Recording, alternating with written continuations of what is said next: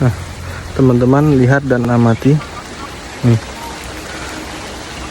Ini adalah salah satu pohon yang baru saja ditebang, teman-teman. Ini menurut saya kisaran 1 atau 2 hari yang lalu, teman-teman ya. Ini masih basah dan daunnya sudah agak mulai mengering, teman-teman ya. Ini berarti tandanya di hutan ini sering dilalui masyarakat untuk berlalu lalang masuk ke dalam hutan, teman-teman ya.